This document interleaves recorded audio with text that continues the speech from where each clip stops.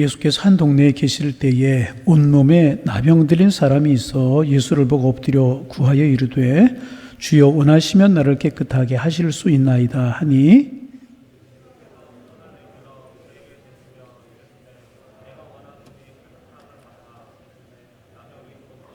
예수께서 그를 경고하시되 아무에게도 이르지 말고 가서 제사장에게 내 몸을 보이고 또 내가 깨끗하게 됨으로 인하여 모세가 명한 대로 예물을 드려 그들에게 입증하라 하셨더니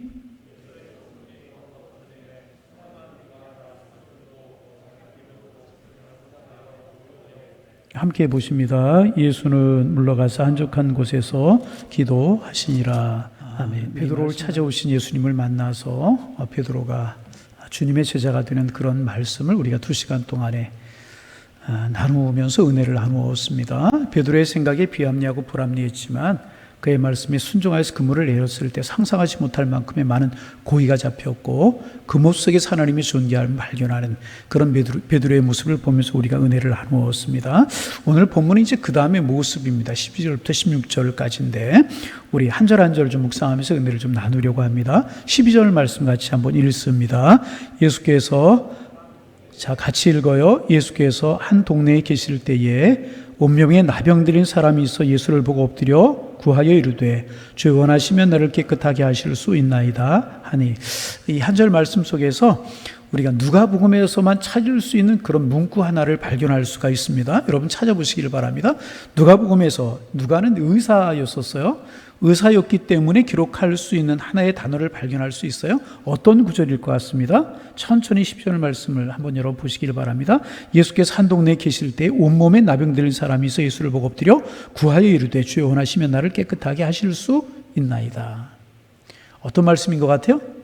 온몸에라고 하는 표현이죠.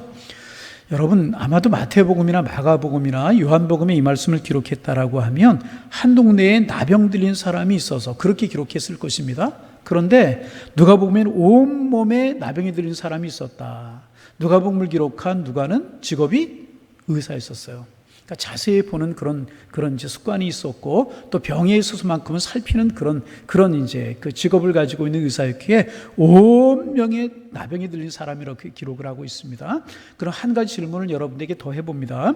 온몸에 나병이 들렸다고 그래서 이 사람이 나병에 걸린 지 얼마 안 된 사람이었겠습니까? 오래된 사람이었겠습니까? 자, 다시 오래된 사람이었겠습니까? 얼마 되지 않은 사람이었겠습니까? 아니 목사님 뭐 이렇게 쉬운 질문을 자꾸 하십니까? 우리를 어떻게 보고 하십니까? 우리 좀 집중하자는 커뮤니케이션 원래도 그런 것이 있어요. 우리가 집중하기 위해서는 묻고 대답할 때 우리가 조금 더 집중할 수 있게 되는 것입니다. 자, 다시 묻습니다. 오래됐을까요? 얼마 되지 않았을까요? 오래된 거죠. 그래서 온몸에 나병이 퍼지게 된 것이죠. 이 누가만의 독특한 관찰력이라고 그렇게 이야기를 할 수가 이제 있습니다. 그 사람이 예수를 보고 엎드려 구하여 이르되 그렇게 기록하고 있습니다. 원하시면 나를 깨끗하게 하실 수 있나이다. 이 사람이 예수님께 나왔어요. 나와서 엎드렸다. 문득 지나가면 아무것도 아닌 말씀인 것 같지만 자세히 보면 이 말씀이 참 은혜가 돼요. 여러분 우리가 이제 신앙생활 하면서 우리가 가져야 될 자세가 무엇인가 하면 하나님께 대해서도 그렇고 목회자에 대해서도 그렇고 여러분 성도들 간에 서로에게도 그렇습니다. 이제 어떤 거기에 걸맞는 예의와 자세가 필요한 것이다. 그렇게 이야기할 수 있어요. 목회자는 성도를 향하여서 바른 자세를 가져야 되고 성도는 목회자를 향하여서 예의가 있고 바른 자세를 갖는 것 참 중요합니다. 여러분 목회자와 성도와 간의 관계만이 아니고 구역장님과 구역 식구들 또 어린아이들이지만은 교학교 선생님들과 또 학생들 간에 예의가 있어야 되는 것이고 구역장님은 구역 식구들에게 예의를 갖춰야 되는 것이고 구역 식구는 구역장님에 걸맞는 예의가 있어야 되는 것입니다. 그럴 때 진정한 사랑의 관계가 이루어지게 되고 진정한 사랑이 싹트게 되게 되는 것이라는 것입니다. 그래서 여러분 사랑은 여러분 서로 예의를 지키는 데서 오는 것이라고 말할 수가 있습니다. 여러분 오늘 이 사람이 예수님께 예의를 지키는 모습을 한번 보시기를 바랍니다. 예수님은 예수님을 보고요 덥석 나타나서 예수님 아니 라삐여 내 병을 고쳐주십시오 그러지 않았다는 거예요. 할 수 있는 최대한의 예의를 다 하고 최대한의 겸손한 모습을 다 갖춰서 예수님 앞에 간구합니다. 어떻게 하나요? 이 사람이 예수께 나와서 먼저 엎드렸다. 엎드려 구하여 가로되, 구한 것이 아니라 예수님 앞에 엎드렸다. 우리 얼마나 간절한 마음의 표현이고 얼마나 예수님을 존경하는 표현이라고 이야기할 수 있겠습니까? 엎드려서 구하면서 뭐라고 하냐면, 주님 원하시면 나를 깨끗게 하실 수 있나이다.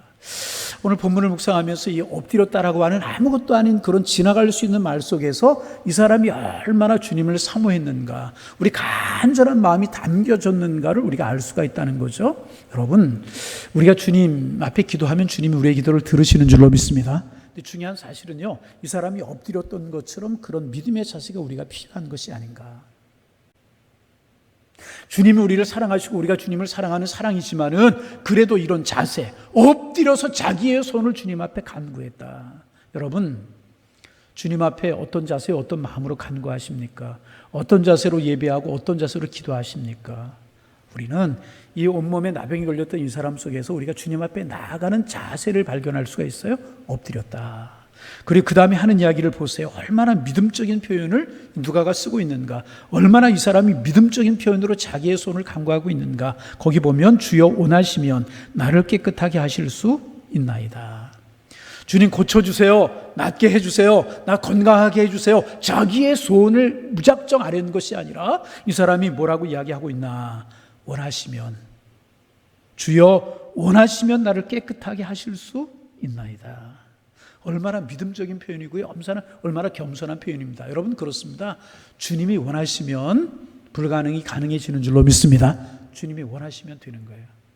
주님이 원하시면 되는 것이라는 거죠. 내가 원해서 되는 것이 결코 아니고 주님이 원하시면 되는 것인데, 이 사람은 그러한 믿음의 사실을 알았다는 거죠. 그래서 주님 앞에 뭐라고 한 거 합니까? 주님이 원하시면 나를 깨끗하게 하실 수가 있습니다.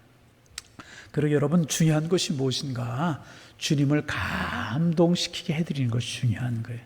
주님이 내 병을 치료하시도록 주님의 마음속에 원하시는 마음이 들 수 있게 하는 것, 주님이 내 문제에 관여하시도록 주님의 마음이 열리도록 하는 것, 주님이 내 삶에, 내 자녀 문제 속에, 내 생업 속에, 내 인생 속에 들어오셔서 주님이 하실 수 있도록 주님의 마음을 감동시키는 마음이 참 중요하다는 것. 주님이 원하시면, 짧은 말이지만은 이 사람의 믿음을 알 수 있는 것이고 이 사람의 자세를 알 수 있는 것 아니겠습니까? 여러분, 우리가 기도할 때 자칫 이제 잘못하기 쉬운 것 중에 하나는 뭐냐 하면, 물론 이제 어린아이가 부모님에게 자기의 소원을, 자기의 마음이 원하는 것을 이야기할 때 때를 쓰듯 그렇게 간구할 때도 있고요, 우리가 주님 앞에 때로는 때를 쓰며 간구하는 것처럼 기도할 때도 있을 수 있죠. 그렇잖아요. 그러나 제일 중요한 사실이 무엇인가 하면 주님을 감동시키는 거예요. 어떻게 하면 주님이 감동하실까? 어떻게 하면 주님의 마음이 움직이실까? 어떻게 하면 주님이 그 문제에 손대실까? 그 문제를 치료하실까? 이것이 참 중요하다는 거예요. 그래서 이 사람이, 나병 걸린 사람이 자기의 절박한 손을 가지고 나왔어요. 온 몸에 나병이 퍼졌어요. 그런데 이 사람이 하는 행동을 보세요. 먼저 예수님 앞에 나와서 무작정 고쳐달라고 간구하잖아요. 가장 자기가 취할 수 있는 낮은 자세로, 가장 겸손한 자세로, 그리고 믿음적인 표현하죠. 주님이 원하시면 나를 깨끗게 하실 수 있나이다. 여러분, 다시 말씀드립니다. 성도들끼리, 목회자와 교인들과의 관계 속에서, 구역장과 구역원 식구들의 관계 속에서, 장로님들과 우리 병신도들의 관계 속에서 중요한 것이 뭐냐 하면 참 자세가 중요할 때가 있어요. 아무리 옳고 바른 것일지라도요, 그 바른 자세를 갖추는 것이 참 중요합니다. 그리고 믿음을 가지고 간구하여 주님 원하시면, 그러면 주님이 움직이시기 시작을 하시는 것이란. 그러자 예수님께서 어떻게 반응하시는지 13절 말씀 우리가 좀 읽어봅니다. 예수께서 손을 내밀어 그에게 대시며 이르시되 내가 원하노니 깨끗함을 받으라 하신지라. 또 이 말씀이 참 은혜롭죠. 예수님께서요, 손을 내미셨어요. 겸손한 마음으로 믿음적인 표현을 가지고 주님 앞에 간구는 이 사람에게 주님이 손을 내밀어 그에게 대셨다. 여러분, 이 말씀 가만히 보세요. 이상하지 않아요? 이 당시에 나병은 불치의 병이라고 생각을 했어요. 그래서 하나님께 저주받은 병이라고 생각을 했어요. 그래서 나병에 걸리면 사람들하고 격리가 되어야만 됐었습니다. 사람들 가까이 올 수도 없었고, 사람들이 자기들에게 근접하는 것을 허락지 말고 나는 부정하다 잇입술에 손을 대고 외쳤어야만 됐었어요? 왜 잇입술에 손을 댔겠습니까? 탐에 그러면서 외쳤어야 되는데 왜 잇입술에 손을 댔어야 했냐 하면은 침을 튀기는 것을 방지하기 위해서 그랬다고 그래요. 잇입술에 손을 대고 탐에 나는 부정하다 외치면서 다른 사람이 오는 것을 금하게 했어야 됐단 말이죠. 그렇지 않으면 돌로 쳐서 죽여도 허물이 되지 않는 그런 것이 나병 환자들이었단 말이죠. 그런데 이 사람이 예수님께 나왔어요. 아마 좀 멀리 떨어져 소리를 지르지 않았을까. 엎드려서 원하시면 깨끗게 하실 수 있습니다. 고쳐주옵소서. 그럴 때 예수님께서 그에게 다가가시지 않았을까. 그리고 그에게 손을 대셨다는 거죠. 여러분, 율법에는 손을 대지 못하도록 되어 있었죠. 아니, 율법이 아니어도요, 나병 환자에게는요, 손을 대는 것이 금해져 있던 상황이었단 말이죠. 그런데 예수님께서 그에게 손을 대셨어요. 무엇입니까?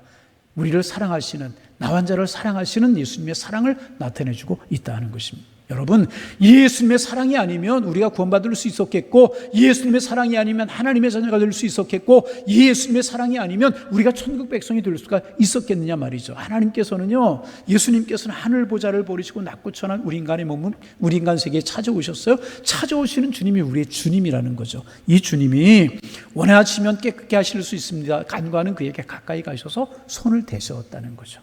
거룩한 터치라고 이야기를 할 수 있어요. 이 나병 환자에게 손을 대어주신 주님께서 여러분의 상처받은 마음에 손을 대주시기를 원합니다. 힘들고 지친 모습으로 살아가는 여러분의 인생에 손 대주시기를 원합니다. 이 말씀이 얼마나 은혜가 되는지 모르겠어요. 손을 대지 않게 되어 있는 나병 환자에게 우리 예수님께서 손을 대셨죠. 물론 이것을 보고 대장들과 서기관들 혼란할 수 있고 예수님을 책잡으려고 할 수 있고 그런 상황이었지만은 예수님의 사랑의 모습을 우리가 읽을 수 있는, 예수님의 사랑의 모습을 볼 수 있는 그런 모습 아니겠습니까? 여러분, 그렇잖아요. 얼마나 주님이 사람을 사랑하셨는가, 얼마나 주님이 우리를 사랑하시는가. 이 사랑이 없었던들 우리가 주님의 백성이 될 수가 있었겠고, 이 주님의 사랑의 이 마음이 아닌들 우리가 천국 백성 될 수 있고 오늘 이 자리에 나올 수가 있었겠습니까? 주님의 사랑의 손길을 우리가 짧은 구설 속에서 볼 수가 있는 것입니다. 그러면서 예수님 하시는 말씀이 뭐냐 하면, 내가 그에게 이르시되 내가 원하노니. 이 사람 뭐라고 이야기했어요? 주님 원하시면 나를 깨끗게 하실 수 있습니다. 그랬을 때 이 사람 뭐라고 이야기해요? 예수님께서 뭐라고 말씀하세요? 내가 원하노니. 반복합니다. 주님 원하시면 능치 못할 일이 없는 줄로 믿습니다. 주님이 원하시면 능치 못할 일이 없는 겁니다. 여러분, 우리 수로보니게 여인의 이야기를 알죠? 자기의 딸이 몹쓸병에 걸렸어요. 예수님께 데리고 나왔어요. 예수님께 간구하잖아요. 고쳐달라고. 예수님 들은 척도 안 하셔요. 그러시는 적이 없으신데 들은 척도 안 하세요. 계속 간구합니다. 제자들이 보내라고 이야기를 합니다. 야단쳐서 보내라는 그런 이야기겠죠? 그럼에도 불구하고 나는 이스라엘의 집에 어린 양 외에는 보내심을 받지 아니하였다. 그래요? 계속해서 가는 거예요. 개들의 상에 떡을 취하여, 자녀의 상에 떡을 취하여 개들에게 던지지 마땅치 않다. 너는 개 같은 존재다. 볼품 없다. 내가 너 상대할 가치도 없다. 이런 모욕적인 말이 아니겠습니까? 그런데 이 여인 뭐라고 이야기해요? 주여, 개들도 주인의 상에 떨어지는 개들도 좋습니다. 그 부스러기라 좋습니다. 라고 하면서 예수님께 매달리잖아요. 여러분, 그 여인의 모습이 예수님의 마음을 감동시키게 되었다는 거죠. 그래서 그 여인이 자기의 소원을 이루고 딸이 건강해지는 모습 볼 수 있지 않습니까? 주님 원하시면 능치 못할 일이 없는 거라는 거죠. 내가 불가능하다고 생각되는 것도 주님이 원하시면 가능케 되는 거라는 거죠. 그래서 여러분, 내가 여러분 한계를 정하지 마세요. 이것은 될 수 있고 이것은 안 되고, 이것은 주님이 하실 수 있고 하실 수 없고, 절대로 이렇게 한계를 긋지 말라는 거죠. 우리가 기도하면서도 한계를 그을 수 있고요, 내가 이미 다 견원을 가지고 주님에 엎드릴 때가 있어요. 이것은 되고 이것은 안 되고, 이것은 기도해도 되고 이것은 기도하면 안 되고, 이것은 주님이 하실 수 없고 이렇게 우리가 정해놓고 할 때가 참 많다는 겁니다. 여러분, 오늘 저녁에 다 잊을지라도 이거 하나 꼭 기억하실 수 있기를 바랍니다. 주님이 원하시면 할 수 있다. 그런데 주님이 하시기를 원하시는 방법이 뭐라고요? 주님에게 감동을 드리면 되는 거예요. 이 사람이 주님을 감동시켰어요. 어떻게 감동시켰습니까? 낮은 모습으로 엎드렸다는 거죠. 그리고 믿음의 표현을 해요. 주님이 원하시면. 무턱대고 주님 해주세요. 간구하지 않았어요. 주님 고쳐주세요. 주님 이렇게 해주세요. 자기의 고집을 이야기하지 않았다는 거예요. 여러분, 우리 신앙생활을 우리 좀 수용성이 있어야 되거든요. 다 경직돼가지고 요거는 아니고 요건 내 생각대로 아니고 요거는 이럴 때가 참 많이 있어요. 아닙니다. 기준은 누구예요? 주님이라는 거예요. 여러분 기억하세요. 기준은 내가 아니에요. 절대로 기준은 내가 아니에요. 하나님이 기준이고 하나님의 말씀이 기준이라는 것입니다. 하나님의 말씀에 비춰볼 때. 그래서 주님이 원하시면 이루어지게 되는 것이라. 그래서 여러분, 우리가 기도할 때 이렇게 기도하는 것도 좋겠다, 그런 생각이 들어요. 내가 어떤 자녀 문제를 가지고 기도합니다. 기도할 때 주님, 나는 이렇게 되어지는 것이 좋다고 생각되고 내 생각대로는 이렇게 되는 것이 은혜라고 생각합니다. 그러나 주님의 뜻이 무엇입니까? 주님의 뜻이라면, 주님이 원하시면 이루어 주옵소서. 얼마나 성숙한 기도가 될까, 그런 생각을 해보게 됩니다. 여러분, 주님의 마음 감동시키셔서 주님이 원하셔서 여러분이 기도하는 제목들, 여러분이 소원하는 것들이 주님 안에 이루어지는 축복이 넘쳐나실 수 있기를 주님의 이름으로 축원합니다. 깨끗한 말보다 하시니 하신데 나병이 곧 떠나니라. 여기 이제 곧이라고 하는 말씀도 우리가 조금 생각해 볼 필요가 있어요. 주님이 말씀하셨죠. 원하는 깨끗함을 받으라 명령하셨어요. 그랬더니 어떤 일이 벌어졌는가? 나병이 곧 떠났다. 여러분, 여기서 이제 하나님이 하시는 일과 세상의 일을 좀 구별할 수 있는데, 의사들이 이제 병을 치료하잖아요. 진단하고 약을 주고 또 주사를 주고 치료하잖아요.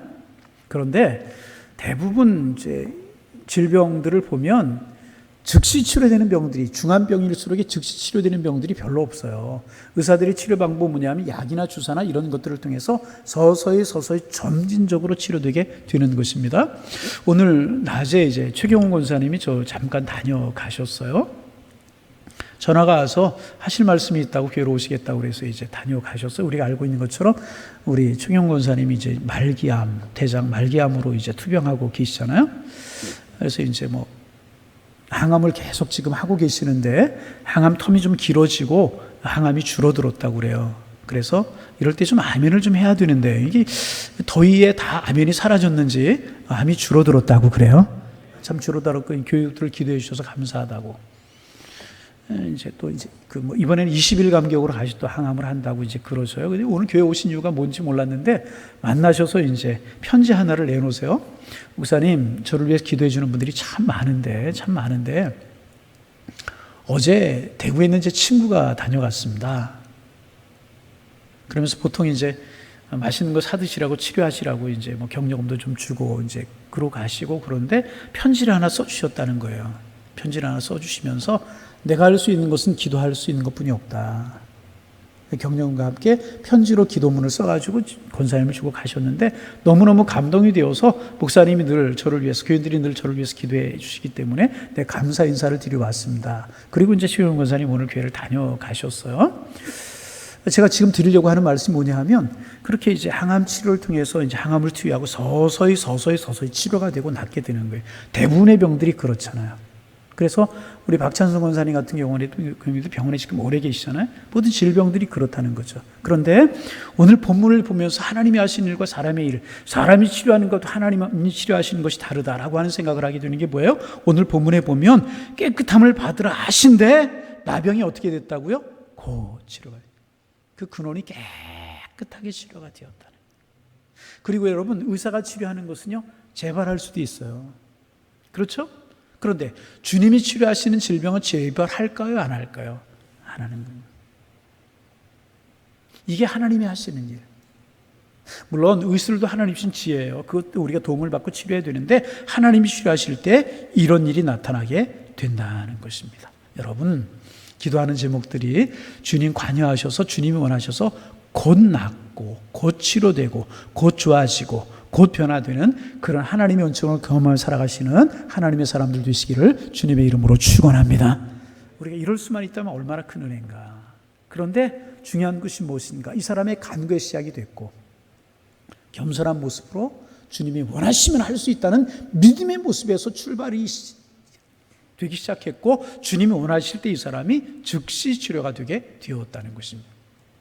자, 그 다음 우리 14절 말씀을 좀 읽어봅니다. 14절 읽습니다. 예수께서 그를 견고하시되 아무에게도 이르지 말고 와서 제사장에게 몸을 보이고 또 내가 깨끗 타게 됨으로 인하여 모세가 명한 대로 예물을 드려 그들에게 입증하라 하더니. 두 가지죠. 첫째는 뭐냐 하면 제사장에 가서 뇌물을 보이라, 그렇게 말씀하신 것이고, 두 번째는 뭐냐 하면 아무에게도 이르지 말라, 그렇게 말씀을 하셨습니다. 하나하나 우리가 좀 묵상을 해봅니다. 제사장의 몸을 보이라고 말씀을 하셨어요. 그 당시에 이제 나병이다 아니다 구별하는 구별을 누가 했냐면 제사장들이 하지 않았습니까? 그래서 나병의 고침을 받았어요. 제사장에 가서 고침받았다는 것을 보이고 선포를 받았어야 됐었어요. 세 가지 단계가 있었다고 그래요. 이 당시에 첫째는 뭐냐 하면 제사장에 가서 몸을 보이고 너 깨끗함을 받았다, 제사장이 이렇게 선포를 하잖아요. 그럼 거기서 끝나지 않고 산새 2마리, 레위기 13장 14장에 보면 그런 규례들이 기록되고 있는데 14장 4절인가요? 한번 여러분 나중에 찾아보세요. 거기에 보면 제사장이 선포하고 제사장과 이 사람이, 나병이 수염 받은 사람이 산새 2마리를 가지고 가서 하나님 앞에 제사를 드리게 되어 있었습니다. 그리고 이제 세 번째 하는 일은 뭐냐면, 그리고 8일이 지나고 나면 양을 가지고 또 성전에 나가서 하나님 앞에 제사를 드리게 그렇게 되어 있었어요. 그리고 나병에서 완전히 치료받은 것으로 선포를 하게 되어 있었다는 것입니다. 한 번 하는 것이 아니라 3차로 그렇게 하게 되어 있었다는 거죠. 정확하게 왜 그러는가 하는 기록은 없어요. 가만히 묵상을 하며 생각하게 되는 것은 뭐냐 하면 실수하는 일이 없도록. 나병이라고 하는 것 중한 병이고 전염이 되는 그런 병이지 않습니까? 그래서 실수하는 일이 없도록 선포하고, 그리고 또 산새 2마리를 가지고 성전에 나가서 하나님 앞에 제사를 드려서 감사의 제사를 드리고, 그리고 8일 후에 또 양을 가지고 나가서 이제 하나님 앞에 제사를 드리고 나서 선포하도록 그렇게 되어 있었다는 것입니다. 그래서 이제 제사장에게로 갔다는 그 말은 우리가 얼마든지 이해할 수가 있어요. 그런데 거기서 예수님께서 뭐라고 말씀하시냐 하면 앞에 보면은 아무에게도 이르지 말고 그렇게 말씀하고 계세요. 여러분 가만히 생각해 보세요. 나병이었던 사람이, 그 당시에 불치여병이었던 사람이 예수님의 능력으로 고침을 받았어요. 이것이 알려지는 게 좋을까요? 알려지지 않는 게 좋을까요? 알려지는 게 좋을까요? 아니, 깊이 생각하지 말고 상식적으로 알려지는 게 예수님께 좋아요? 알려지지 않는 게 예수님께 좋아요? 지금 예수님께서는 하나님의 아들이시잖아요. 하나님의 아들로 오셔서 하나님의 살아계심을 보이고 하나님의 아들이시라는 사실을 보여야 되잖아요. 그러기 위해서 이런 불치의 병을 치료하시고 불가능을 가능케 하셨다는 이 사실이 알려져야 예수님께도 좋은 것 아니겠어요? 근데 예수님 뭐라고 말씀하시냐 하면 아무에게도 이르지 말고 가라, 가서 제사장에게 보이라, 그렇게 말씀을 하셨습니다. 그러면 왜 예수님께서 이 사람에게 아무에게도 알리지 말라고 말씀하시는 것인가? 여기에 관해서 이제 성경이 기록하고 있는, 성경이 해석하고 있는 해석은 없지만은 성경을 깊이 연구하는, 이 분야에 대해서 깊이 연구하는 학자들이 여기에 대해서 이제 정리해 놓은 것들이 있어요. 플럼버라고 하는 학자를 중심으로 한 이제 학자들이 여기에 관해서 몇 가지, 5-6가지 정리해 놓은 것이 있는데, 참고적으로 여러분 소개하면 그런 것입니다. 이것이 율법, 첫째 이유는 뭐냐 하면 이것이 율법이기 때문에 그랬다는 것입니다. 이것이 율법이기 때문에. 그러니까 다시 말하면 누구에게 말하기 전에 제일 먼저 제사장에게 가서 이야기해라. 누구에게도 이야기하지 말라. 제일 먼저 제사장에게 이야기하기로 되어 있기 때문에 누구에게도 이야기하지 말고 제사장에게 가서 먼저 보이라. 이제 그렇게 예수님이 말씀하시는 것이라고 해석을 하는 학자들의 견해가 있고, 두 번째 견해는 뭐냐 하면 교만을 경계하시기 위해서 예수님께서 아무에게도 말하지 말라고 말씀하셨다. 무엇을 경계하기 위해서? 자, 조금 여러분 집중이 흐트러지는 것 같아요. 무엇을 경계하시기 위해서? 대답 좀 해보세요. 무엇을 경계하시기 위해서? 교만. 무엇을? 교만을 경계하기 위해서. 야, 나 나았어. 내가 대단히 큰 은혜를 하나님께 받은 사람이야. 교만해질 수 있었다는 거죠. 너 침묵해. 그것 가지고 교만해지면 안 돼. 떠들면 안 돼. 침묵하면서 겸손해. 그래서 예수님께서 아무에게도 알리지 말라, 그렇게 말씀하시는 것이라고 해석하는 두 번째 견해가 있고요. 세 번째 견해는 뭐냐 하면 당시 대제사장들이나 서기관들, 바리새인들, 이런 종교 지도자들과 충돌을 피하기 위해서 예수님께서 그렇게 하시기 하셨다. 이때 예수님이 행하시는 기적을 보고 전하시는 말씀을 보고 바리새인들 사기관들이 굉장히 불편했잖아요. 그래서 예수님이 하시는 일에 책을 잡으려고 굉장히 노력을 했잖아요. 그들과 충돌하시는 것을 피하기 위해서, 또 이 문제를 가지고 예수님께 도전해 오는 것을 피하기 위해서 예수님께서 이렇게 아무에게도 말하지 말라, 그렇게 말씀하신 것이다. 그렇게 해석하는 견해가 있고요. 네 번째 견해가 또 있어요. 그건 뭐냐면 군중들의 흥분을 방지하시기 위한 목적이었다. 여러분, 계속 반복되는 이야기지만 이 나병에서 고침받는 것은 불가능한 일이에요. 있을 수 없는 일이 벌어졌어요. 야, 내가 문둥병에서 고침받았어 이야기하면 그 주변에 있는 사람이 다 흥분할 수 있었다는 거죠. 그리고 막 너도나도 예수님께 몰려올 수 있었다는 거죠. 그리고 예수님을 만나기를 원하고 막 무리들이 흥분하고 예수님께 쫓아오고 이런 큰 소동이 일어날 수 있었다는 거죠. 그러니까 너 고침받았다는 사실을 말하지 마라. 이렇게 예수님께서 경고하시는 것이라고 해석하는 그런 견해도 있고, 다섯 번째는 뭐냐면, 마지막으로 다섯 번째는 예수님이 스스로 겸손의 본을 보이시기 위해서 그렇게 하셨다. 무슨 본? 겸손의 본. 이제 조금 소통이 되는 것 같아요. 수요 예배 시간에 성경을 공부하는 시간이기 때문에 묻고 대답하고 그러면 참 좋아요. 무슨 본? 누가? 예수님께서. 이것이 하나님이 하신 일이라는 거죠. 나는 하나님의 도구가 될 뿐이라는 거죠. 겸손의 본. 사람들이 몰려오고 예수님을 높이려고 하고 예수님의 이름을 칭송하려고 하고 이런 일들을 예수님께서 방지하시면서 겸손의 본을 보이시기 위해서 예수님께서 아무에게도 말씀하시지 말라고 그러셨다. 학자들이 이제 그렇게 이야기를 합니다. 그래서 이 다섯 가지 이런 이유들을 종합하면 어떤 것이 되냐? 무슨 되냐? 우리 예수님께서는요, 질서를 존중하신 분이시다.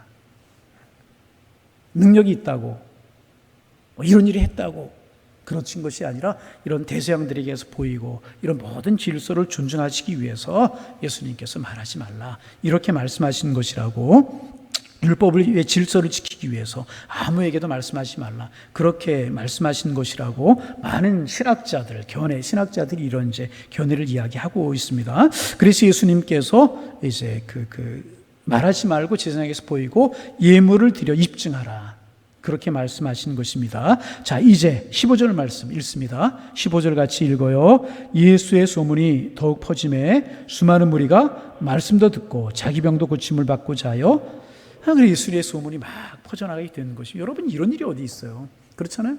불치의 병인 나병이 치료했다는 소문이 아무리 말하지 말라고 그래도 퍼져나갈 수밖에 없었잖아요. 그래서 많은 무리들이 예수님께 나왔다는 거죠. 예수님께 나온 목적이 뭐라고요? 두 가지죠. 말씀도 듣고, 예수님이 전하시는 말씀. 바리새인들, 서기관들, 그 당시 지도자들, 랍비들에게 듣지 못했던 말씀, 그들이 하지도 못했던 말씀, 하늘의 말씀을 예수님께서 하셨잖아요. 많은 무리들이 예수님께 말씀을 들으려고 예수님께 나오게 되었고, 또 환자들, 병자들, 몸의 질병을 가진 사람들이 고침을 받고자 하여서 예수님께로 많이 모이게 된 것입니다. 한마디로 말하면 예수님이 원치 않으셨지만 예수님도 모르게 예수님을 따르는 무리들이 많아졌고, 세상적으로 이야기하면 예수님의 인기가 올라가기 시작을 하게 된 겁니다. 예수님께 절대로 자기가 높아지시자고 자기 인기 얻고자 이런 일 하신 거 아니에요. 그래서 여러분, 하나님의 사람들이, 하나님의 종들이 경계해야 될 것이 뭐냐 하면, 이런 하나님의 일을 하는 것, 그것으로 인하여서 자기 인기를 얻고 자기 멍에를 얻고 자기가 높아지려고 하면 절대로 안 된다는 거예요. 그래서 세례 요한이가 참 귀했던 거죠. 나는 소리다. 여러분, 소리는요, 있지만 없는 게 소리예요. 그건 무슨 소리입니까? 나는 도구에 불과한 것이다. 하나님의 사람들이 가져야 될 자세라는 거죠. 많은 분들이 여하튼 이제 예수님께로 모여왔어요. 그때 예수님께서 중요한 한 가지를 하십니다. 우리 16절 말씀 큰 소리 같이 한번 읽어봅니다. 예수는 물러가 한적한 곳에 기도하시니라. 예수님이 능력이 있으셔요. 권세가 있으세요. 말씀의 능력도 있으시고 병고침의 능력도 있으셨어요. 많은 무리들이 몰려와요. 예수님의 인기가 높아져 가고 있었다는 거죠. 그런데 그것을 다 뒤로 하시고 물러가셨다. 그 무리들을 피하셔서 한적한 곳으로 가셨다는 거죠. 물러가셨다는 거예요. 무리들을 피하여서, 예수님을 높이려고 하는 무리들을 피하여서 예수님 물러가셨다는 것입니다. 어느 곳으로 물러가셨느냐? 한적한 곳으로 가셨다는 것이죠. 그래서 거기에서 뭐 하셨느냐? 기도하셨다는 거죠. 할렐루야. 예수님 뭐 하셨다고요? 기도하셨다는 거죠. 기도하셨다는 것입니다. 여러분, 저는요, 이것이 하나님의 일을 하는 사역자, 아니 하나님의 일을 하는 사역자만이 아니더라도 우리 하나님의 사람들 마땅히 가져야 될 자세라고 생각합니다. 아니, 마땅히 가져야 할 자세라고 저는 믿어요. 여러분, 하나님의 사람들, 사역자들 물러설 때가 있고요, 때로는 한적한 곳에 가서 기도해야 될 때가 있는 것이라는, 하나님 앞에 내 자신의 모습을 놓고 내 기도 제목을 놓고 하나님이 맡기신 사명의 문제를 놓고 기도해야 될 것이라는 것입니다. 그래서 늘 하나님의 사람들은요, 하나님 앞에 이마를 보이는 삶이 아니라 등을 보이는 삶을 살아가야 될 것입니다. 내가 무엇을 했습니다, 그런 자세가 아니라, 이건 이렇습니다, 그런 자세가 아니라 늘 무릎 꿇고 하나님 앞에 우리의 등을 보이면서 기도하는 그런 자세가 우리에게 필요할 것이라는, 예수님은 그 본을 보이셨다. 나는 무익한 종입니다. 하나님의 은혜 없이는 살아갈 수 없습니다. 하나님이 이 문제도 도와주셔야 되겠습니다. 기도해야 될 것이라. 여러분, 우리 하나님의 사람들, 참 저들을 비롯해서 많은 우리 하나님의 사람들, 우리가 사람 앞에 너무 말을 많이 할 때가 있어요. 그런데 사람 앞에 말을 많이 하게 되면 하나님 앞에 할 말이 없어질 때가 참 많아요. 사람 앞에 말을 많이 하면 하나님 앞에 할 말이 없어질 때가 참 많아요. 사람 앞에 말을 많이 하다가 지쳐서 하나님 앞에 드릴 말이 없어질 때가 있다는 거예요. 여러분, 한번 여쭤봅니다. 하나님 앞에 이야기하는 말이 많으십니까? 사람 앞에 하는 이야기가 많으십니까? 물론 인간관계 속에 우리가 살아가야 되기 때문에 가족들, 동료들, 신앙의 동지들 많이 있기 때문에 사람들과 이야기하는 시간이 훨씬 더 많을 거예요. 그러나 우리가 꼭 기억해야 될 것은 뭐냐 하면 하나님 앞에 반드시 기도하는 시간을 가져야 되는 것이다. 여러분, 지금 예수님의 인기가 하늘 높은, 표현이 조금 이상하지만 사람들이 예수님께 그렇게 몰려왔어요. 예수님은 얼마든지 기도하지 않으셔도 되는 하나님의 아들이셨어요. 그런데 예수님께서는 그들을 뒤로하고 한적한 곳으로 가서 기도하셨다는 것입니다. 여러분, 그렇게 말하는 것이 기도하고 하시는 말입니까? 기도하고 또 기도하고 기도하다 낸 결론입니까? 다 우리 물을 수 있어야 될 것이라. 여러분, 기도하는 여러분들 되시기를 주님의 이름으로 축원합니다. 하나님 앞에 기도하는 사람의 마음속에는요, 한이 없어요. 그런데 우리가 신앙생활하며 믿음생활하면서도 하나님 앞에 기도하지 않으면 우리의 마음속에 자꾸 서운한 것이 생기고 불편한 것이 생기고 내 마음에 안 드는 것이 생기고 그러는 거예요.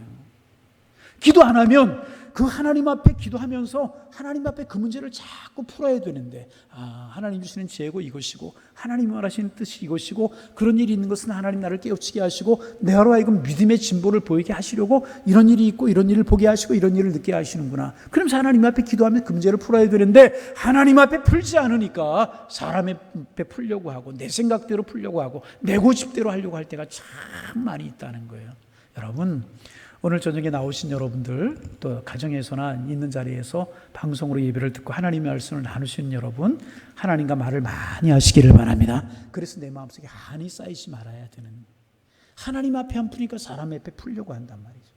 그러다 보면 내 고집이 나오고 내 생각이 나오려고 할 때가 참 많이, 이건 누구나 그럴 수 있다는 거죠. 그 문제를 가지고 먼저 하나님 앞에 기도하는 거예요. 이건 이렇고 저건 저렇습니다. 하나님의 뜻이 무엇이고 하나님이 원하시는 것이 무엇입니까? 늘 묻는 것이라. 늘 하나님 앞에 묻는 거예요.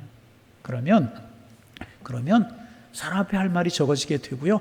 내 마음속에 쌓여간 한 같은 것들, 이렇게 그런 것들, 원망 같은 것들이 점점 사라질 수 있다는 거예요. 하나님이 그 마음 위로해 주시고 하나님 지혜를 발견하게 되고 하나님의 뜻을 발견하게 되어서 그런 것들이 점점 줄어지게 되고 하나님이 원하시는 온전한 인격으로, 온전한 신앙으로 우리 하나님 앞에 설 수 있다는 것입니다. 그래서 여러분, 늘 하나님 앞에 기도하는, 우리 예수님처럼 물러가서 한적한 곳에서 늘 기도하는 하나님의 사람들 되시기를 주님의 이름으로 축원합니다.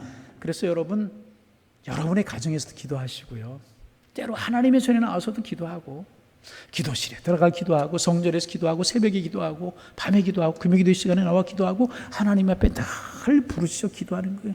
그것 붙들고 사람 붙들고 이야기하기 전에, 내가 내 생각을 정리해서 결론 내기 전에 하나님의 뜻이 무엇이고 하나님의 생각이 무엇인지를 우리가 묻는 거예요. 하나님 앞에서 답을 얻는 거예요. 그럴 때 마음의 평안도 주어지고 내가 속한 공동체 하나님의 은혜도 이루어지고 하나님의 공의가 이루어지게 되는 줄로 믿습니다. 우리가 기도하는 사람들이 되어야 되고 우리 교회가 늘 기도하는 교회가 되어야 될 것이라. 여러분, 한국교회가 2007년도에도 좀 위기였었어요. 2007년도에가 무슨 일이 있었는지 2004년인가요? 무슨 일이 있었는지 여러분 기억하십니까?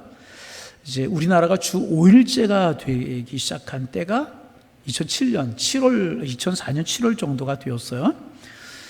그 후에 통계는 제가 나온 것을 보지 못했지만은 이제 주 5일제가 되고 교회들마다 통계를 좀 냈던 적이 있었는데 5일제가 되고 많게는 10%, 적게는 5%의 10%가량 교회 출석 인원이 줄었다고 그래요. 마음 아픈 현실이죠. 환경이 어떻고 여건이 어떤지 간에 하나님 앞에 무릎 꿇고 예배하는 심령들이 늘어가야 되는데 줄었다는 것입니다. 그런데 그런 것보다 더 위기 상황이 뭐냐 하면 오늘 우리 한국교회가 우리 교회가 처한 상황이 위기 상황이라고 저는 생각을 합니다. 코로나가 위기가 아니고요. 코로나를 대하는 우리의 신앙인들의 자세가 위기라는 거죠. 이런 게 길어지면서 늘 말씀을 드리지만 문제가 무엇인가 하면 우리의 신앙생활이 해해질 수 있다는 거죠. 그런 얘기 있죠. 몸이 멀어지면 마음도 멀어진다. 그런 말이 있잖아요. 자꾸 우리의 신앙이 해해질 것 같은 것이. 그래서 이제 여기에 관해서 많은 글도 나오고 많은 예측도 하고 그러지만 누가 정확하게 예측할 수 있겠습니까? 하나님만 아시는 거죠. 그런데 많은 분들이 그렇게 이야기합니다. 코로나 상황이 끝나도 코로나 이전의 교회 출석에 많이 출석하면 7, 80%, 적게는 50%가 주는 교회도 있을 것이다.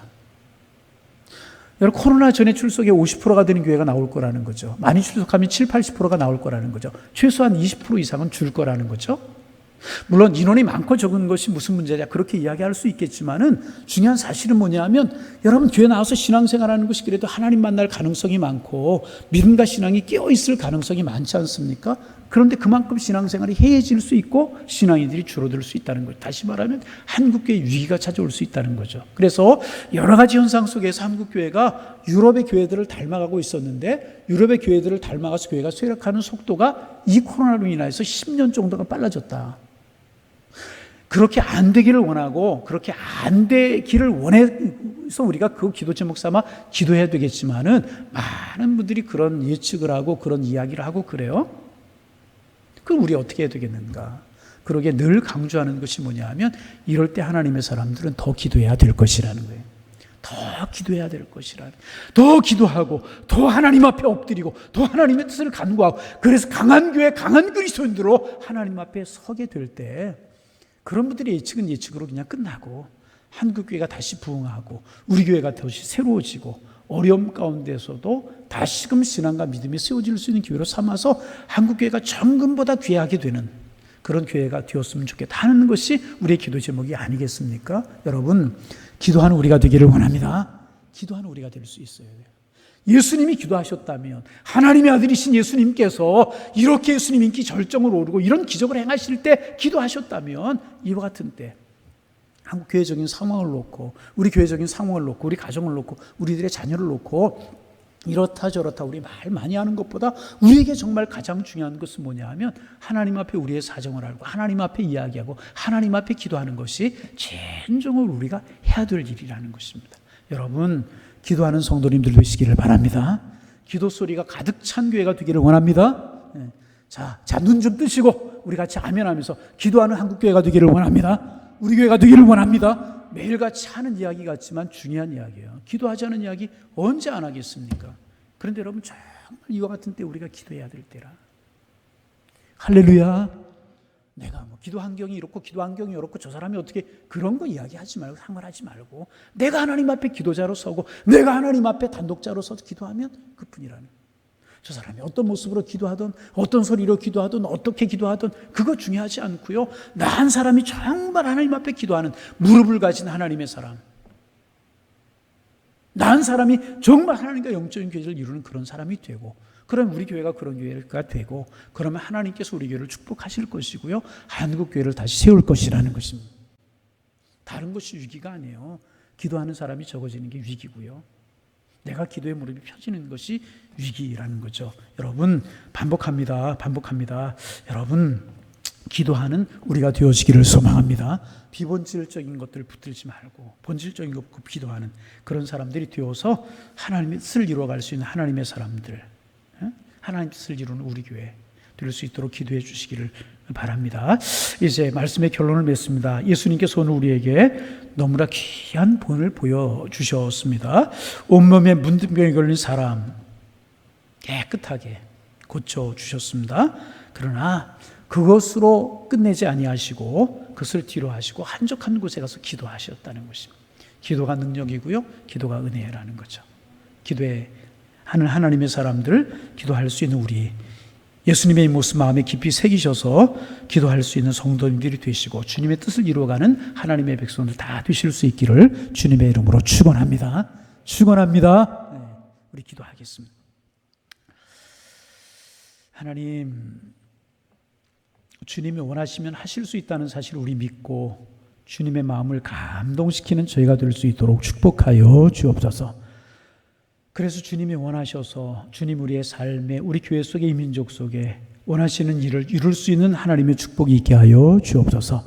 하나님 앞에 바른 자세로 기도하게 하시고 바른 모습으로 신앙생활할 수 있는 저희들 될 수 있도록 주께서 인도하여 주옵소서. 하나님, 우리 주님 하나님의 아들이시면서도 율법의 규례를 따르셨던 이 모습 우리가 기억하며 항상 우리의 겸손하고 낮은 모습으로 신앙생활할 수 있는 저희들 되게 하시고 무엇보다 기도하는 우리 교회, 기도하는 저희가 되게 도와주셔서 주님의 뜻을 이룰 수 있는 강한 교회로, 강한 신앙인들로 주님 앞에 설 수 있도록 인도하여 주옵소서. 우리 한국교회가 간절함을 잃어버리고 기도의 무릎이 펴져 가려고 합니다. 하나님 불쌍히 여겨주시고 한국교회가 기도의 열정에 있었던 교회였었는데 그런 열정을 회복할 수 있는 한국교회가 되게 하시고 우리 교회도 그 모습을 본받아 예수님의 모습을 본받아 늘 기도하고 기도로 깨어있고 하나님 앞에 기도하는 하나님의 사람들 될 수 있도록 주님 축복하여 주셔서 강함을, 생명을 회복할 수 있는 우리 한국교회가 될 수 있도록 도와주셔서 어떤 위기 상황과 어떤 고난이 있을지라도 능히 이겨내는 멋있는 하나님의 사람들, 멋있는 교회가 될 수 있도록 주께서 인도하여 주옵소서. 예수님의 이름으로 기도하옵나이다. 아멘.